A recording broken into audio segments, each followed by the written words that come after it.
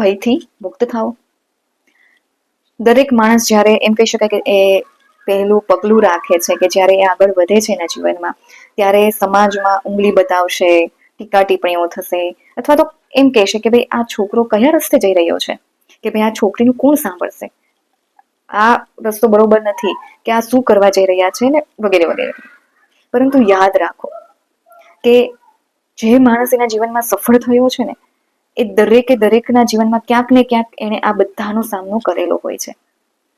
એટલા માટે ભયથી ઉપર ઉઠો.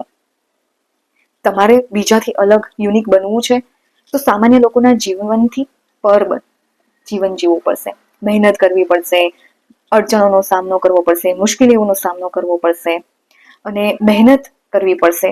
ત્યારે જ તમે કંઈક બીજાથી અલગ અને યુનિક બની શકશો. ત્યારે જ તમને તમારા જીવનમાં છે એ તમને તમારી સફળતા છે એ મળશે. એટલે ભયથી મુક્ત થાઓ. જેને જે કહેવું હોય એ કહે. તમે જે રસ્તો પસંદ કર્યો છે અને તમને ખબર છે કે યોગ્ય જ છે, તો પછી આગળ વધો. અને જે કહે છે એમને કહેવા દો.